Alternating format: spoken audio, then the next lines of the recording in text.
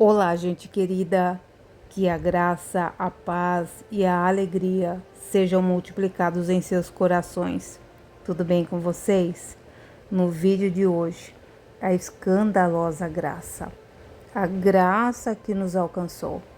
A graça que é o favor imerecido. Essa graça não é conquistada por méritos, não é conquistada por obras, mas tão somente pela fé em Jesus Cristo e na obra consumada da cruz. Fica comigo aqui até o final, porque através da parábola que eu vou estar ministrando hoje, você vai compreender a dimensão total do amor de Deus, do que realmente é a graça e do quão escandalosa ela é. Mas antes, eu quero pedir para que você já deixe o seu like para abençoar o canal. O like, eu costumo dizer que é a sua gratidão. Quando nós somos gratos, expressamos essa gratidão, nós estamos nos abrindo para receber muito mais daquilo que agradecemos. Sabemos que a palavra do Senhor edifica, a palavra do Senhor ela transforma, ela cura, ela promove, ela liberta. Então, com a sua gratidão, você não só vai estar abençoando o canal, como vai estar recebendo todos os benefícios da palavra na sua vida. Se você ainda não é inscrito nesse canal, venha fazer parte disso. Você é muito bem-vindo aqui. Vamos para a ministração de hoje, então. O texto está em Lucas, no capítulo 15. Eu vou ministrar a palavra do filho pródigo. E eu quero que você esteja atento a cada detalhe que eu vou estar passando aqui para vocês. Muitos questionam a respeito da graça porque não tem dimensão da obra concluída. Muitas pessoas acreditam que precisam fazer algo para merecer algo de Deus, mas não é isso. As pessoas têm uma visão deturpada da graça. Na graça nós olhamos para a obra concluída, já está tudo pronto. Nós só nos abrimos para receber. Lucas 15, a partir do versículo 11 diz, Jesus está narrando aqui, tá? E Jesus continuou, um homem tinha 2 filhos. O mais novo reivindicou do seu pai, pai, dá-me a parte da herança a que tenho direito. E consentindo o pai, repartiu sua propriedade entre eles. Não se passou muito tempo e o filho mais novo reuniu tudo o que tinha, partindo para terras distantes, e lá esbanjou todos os seus bens, vivendo de forma irresponsável. Coincidentemente, após haver gasto tudo o que possuía, abateu-se sobre toda aquela região uma grande fome, e ele começou a passar muita necessidade. Por esse motivo, foi empregar-se com um dos cidadãos daquela região, que o mandou para o campo a fim de cuidar dos porcos. Ali chegou a ter vontade de encher o estômago com as vagens de alfarrobeira com as quais os porcos eram alimentados. No entanto, ninguém lhe dava absolutamente nada. Foi quando, caindo em si, falou consigo mesmo: quantos empregados de meu pai têm comida em fartura, e eu aqui morrendo de fome. Levantar-me-ei, tomarei o caminho de volta para meu pai, e ao chegar lá confessarei: Pai, pequei contra o céu e contra ti. Não sou mais digno de ser chamado teu filho. Trata-me como um dos seus trabalhadores. Olha só, queridos, essa primeira parte da parábola. Jesus está narrando essa parábola aqui e ele está dizendo que havia um homem que ele tinha 2 filhos. E o filho caçula, o mimadinho mais novo, ele reivindica aí do pai a herança dele.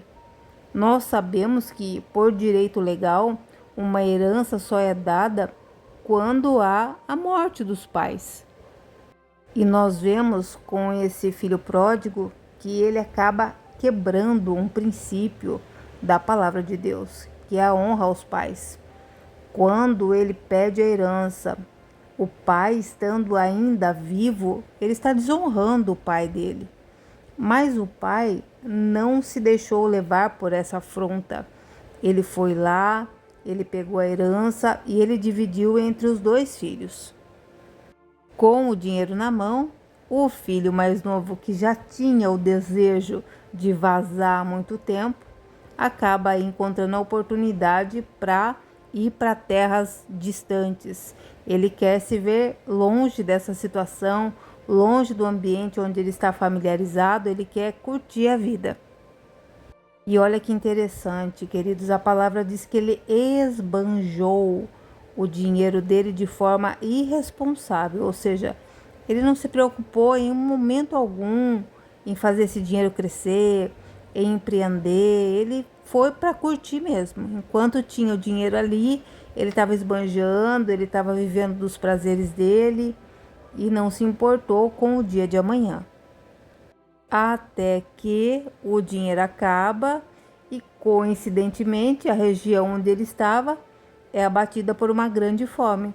Então, veja bem, quando este jovem ele sai da casa do pai para viver a sua libertinagem, Deus, nosso Pai, já tinha um plano para trazer ele de volta para a casa do pai. Quero que vocês guardem muito bem isso. Voltar para a casa do pai. Conta da necessidade e da fome, ele se viu obrigado a procurar um trabalho. E foi então que aqueles empregadores ali da região enviaram ele para um campo. Nesse campo ele iria cuidar de porcos. Os porcos no mundo espiritual são considerados animais imundos. Então veja, ele foi cuidar de porcos já numa representação da condição onde ele estava, porque ele saiu da casa do pai. Ele foi viver os prazeres da vida, ele foi o que? Se sujando. Que o pecado, ele traz essa mancha no mundo espiritual. É por isso que Jesus, ele nos purifica, lavando as vestes, lavando da imundície do pecado. E ele chega nesse local com muita fome. Ele acha que vai encontrar comida. E ele se vê com vontade de comer. Aqui a palavra do Senhor diz as vagens de alfarrobeira, que nada mais é do que lavagem de porcos. Mas nem isso foi dado a ele. Eu queria abrir um outro parêntese aqui com vocês, queridos. Veja que o pai do filho pródigo não ofereceu a ele nenhuma resistência quanto a dar a ele a herança, muito menos quanto ao fato dele querer sair de casa. Esse rapaz sai, ele faz tudo o que dá na telha, e aí ele se vê numa situação aonde o dinheiro acaba, aonde a fome chega, aonde ele se vê com uma necessidade, inclusive passando fome. Ele vai procurar um trabalho achando que vai encontrar comida, mas nem mesmo a lavagem dos porcos é dada a ele. Ele sente vontade de comer a comida dos porcos, mas nem isso é dado a ele. Então, a situação desse rapaz, ela chegou no estado crítico. E Deus, ele usa o estado crítico para que as pessoas sejam resgatadas, para que elas caiam em si e passem a compreender que o lugar da casa do Pai é o melhor lugar para elas estarem.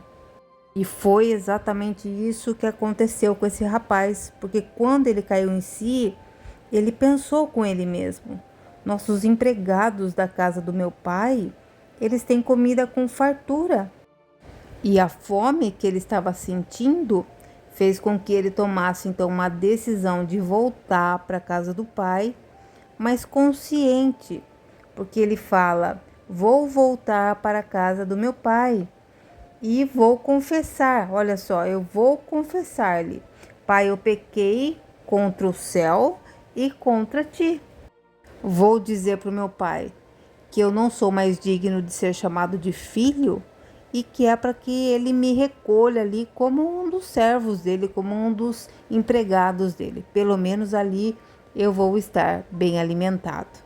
Aqui já dá para vislumbrar um pouco do quanto essa graça é maravilhosa, porque a graça ela provoca arrependimento. Não tem como voltar para a casa do Pai sem confessar pecados. Então aqui a gente já derruba aquele argumento de que porque estou na graça, não preciso me arrepender, posso fazer tudo o que eu quiser e está tudo certo. Não, isso não é verdade.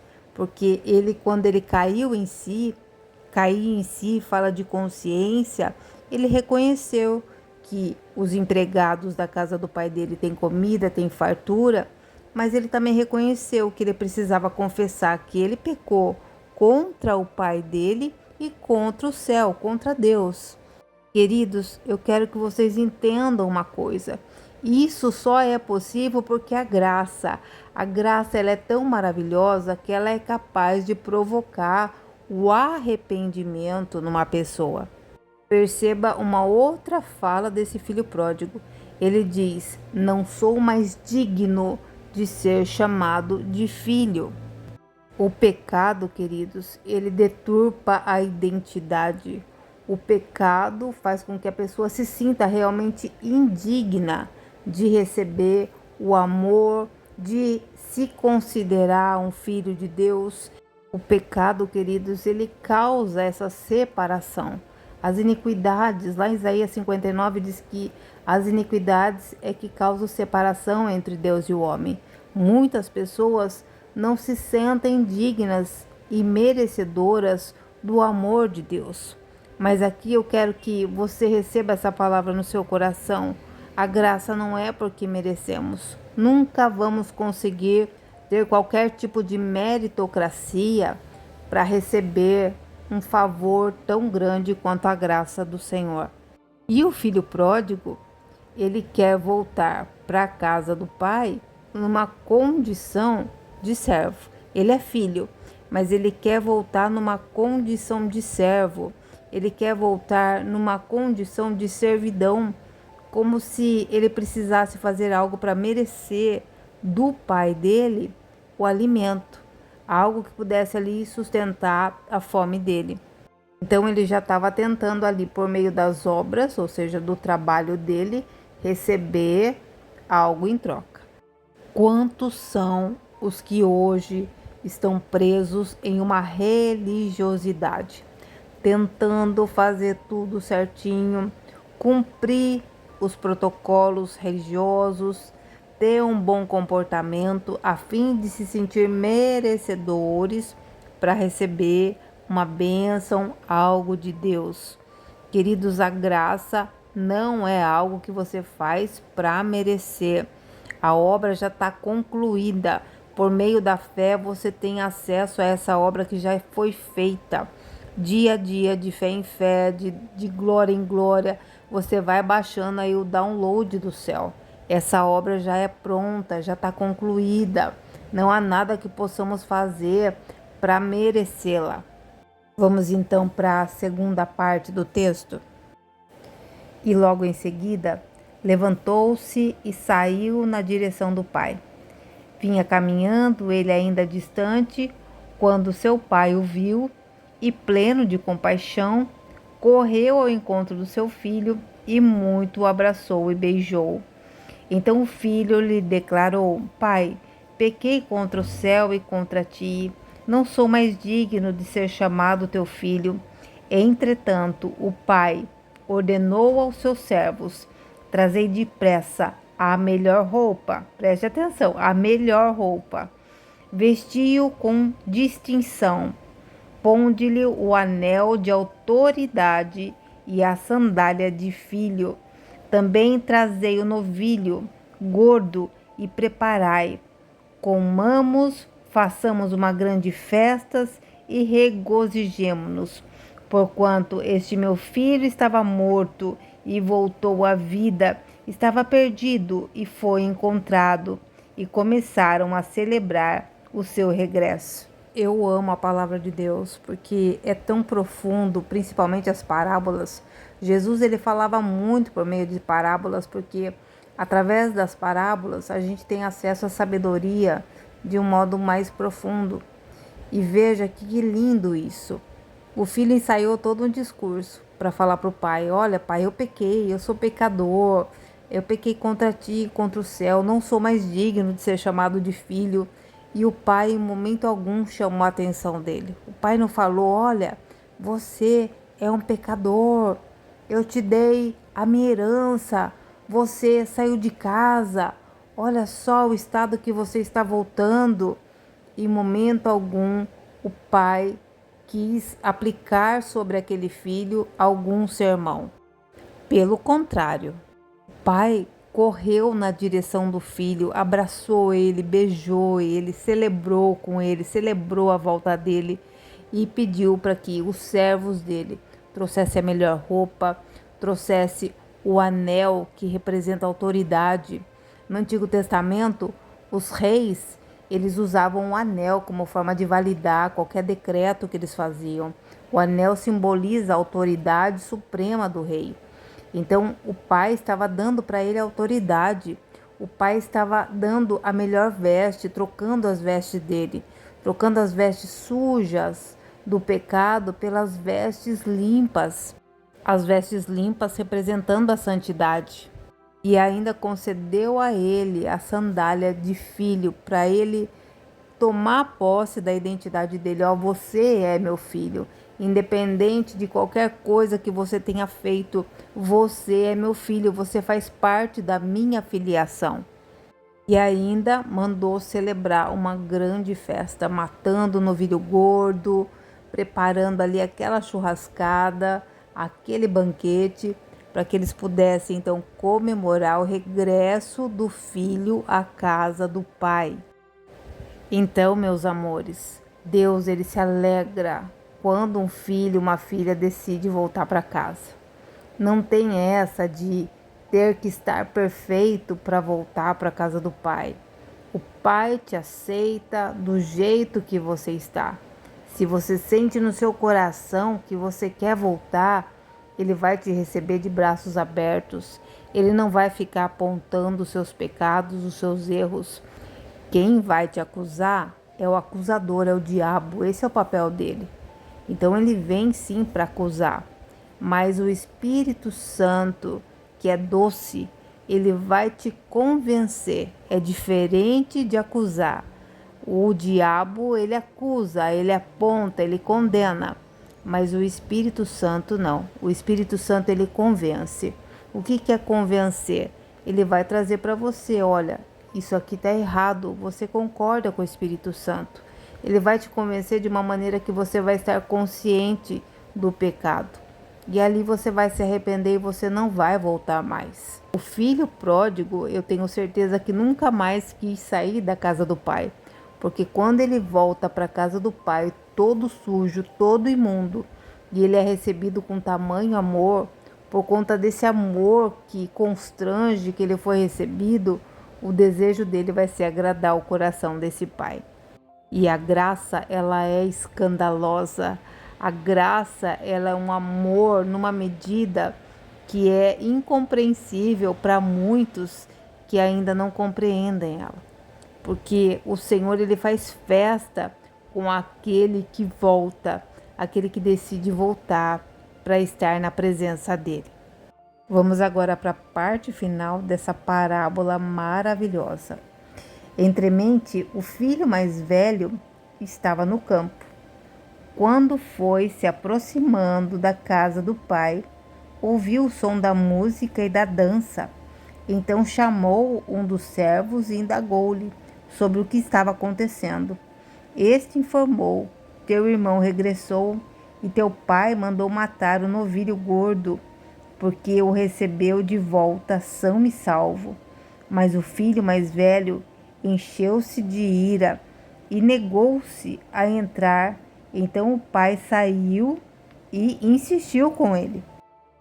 Porém, ele replicou ao pai: há tantos anos tenho trabalhado como um escravo para ti, sem nunca ter desobedecido a uma só ordem tua.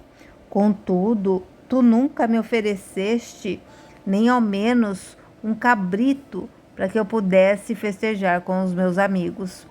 No entanto, chegando em casa, esse seu filho, que pôs fora os seus bens com prostituta, tu ordenaste matar o novilho gordo para ele.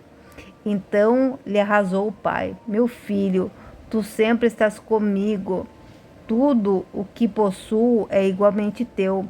Porém, nós tínhamos que celebrar muito a volta desse teu irmão e regozijar-nos, porque ele estava morto e reviveu. Estava sem esperança e foi salvo. A graça foi tão escandalosa que o irmão mais velho já começou a ficar incomodado com o que o pai estava fazendo com o irmão. Ele não conseguiu esconder a ira e nem a desaprovação em relação a tudo que estava sendo feito.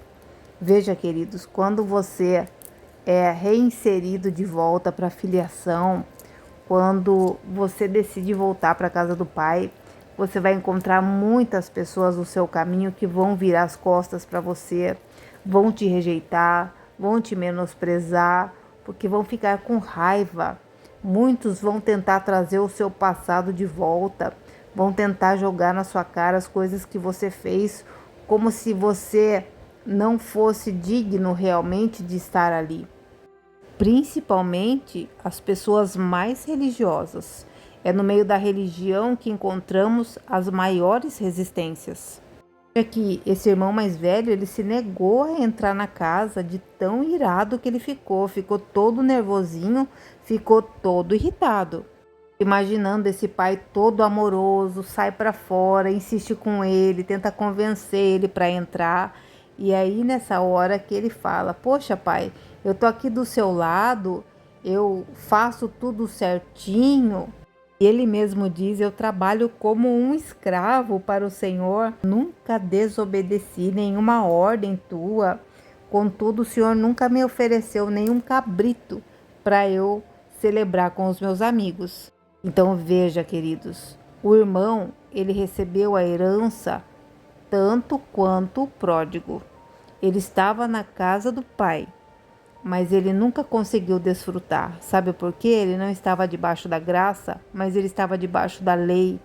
Debaixo da lei, a pessoa tenta seguir os protocolos, tenta obedecer tudo certinho, os dogmas religiosos, e isso acaba sendo muito pesado. Debaixo da lei, mesmo você sendo um filho, você é feito escravo. Debaixo da lei é viver debaixo da servidão.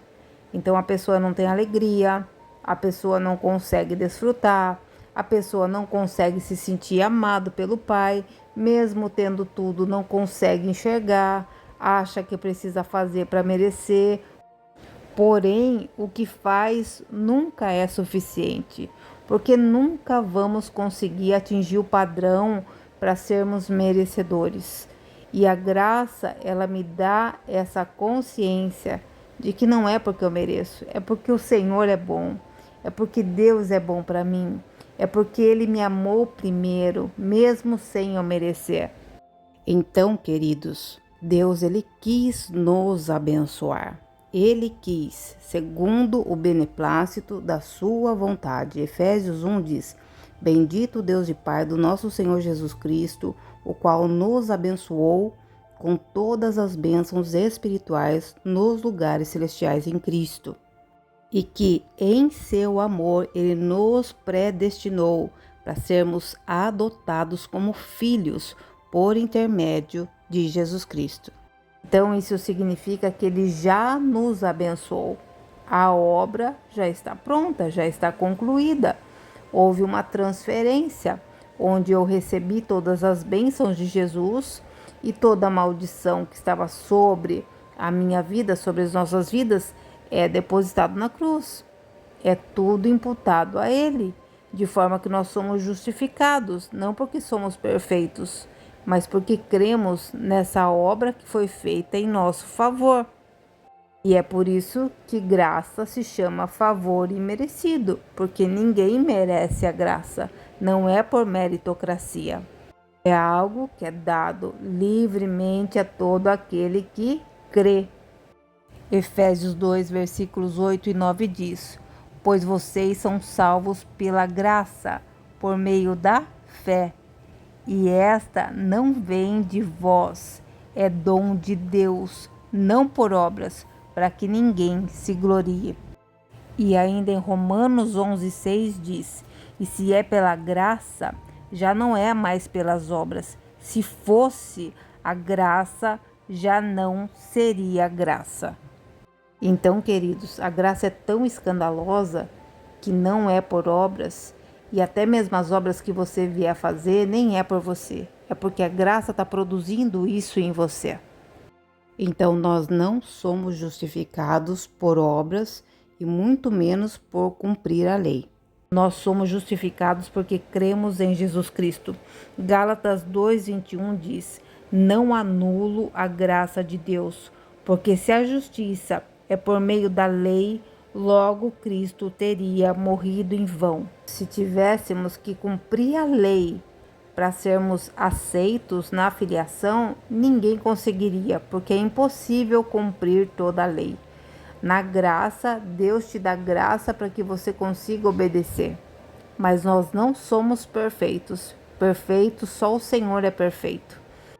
E porque Ele é perfeito, nós somos cobertos pela perfeição dele, de forma que quando o Pai Ele olha para nós, Ele não vê os nossos pecados, Ele vê a imagem do Filho dele refletida em nossas vidas. E essa é uma obra que é feita através do Espírito Santo, de glória em glória, de fé em fé.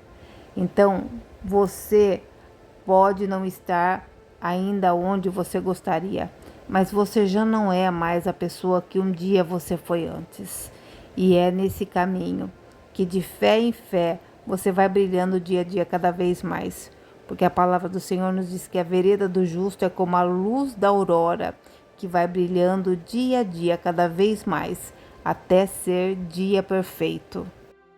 Aquele que começou a boa obra, ele é fiel para concluir. Amém? Só é preciso fé, caminhar nessa fé dia a dia. Aquele que está debaixo da graça, ele tem desejo de glorificar o Senhor. O desejo no coração é glorificar o Senhor. E aquele que está debaixo da graça fica muito feliz quando encontra um pecador arrependido. Fica muito feliz quando vê uma pessoa que estava perdido, como era o caso do pródigo, e que voltou para a casa do Pai. Fica feliz por saber que aquele que estava perdido sem esperança, hoje tem um coração cheio de esperança, hoje tem um coração cheio de alegria, hoje tem um coração que é inundado de fé, um coração que transborda essa graça que é escandalosa, esse favor que é imerecido e que dá testemunho do verdadeiro amor de Deus por nós. Se você chegou até aqui, eu peço para que você deixe o seu like para abençoar o canal. Não saia daqui sem deixar o seu like. Eu já expresso aqui para ti a minha gratidão e vou abençoando você e toda a sua casa no nome de Jesus. Beijo grande, queridos. Fiquem com Deus e até mais.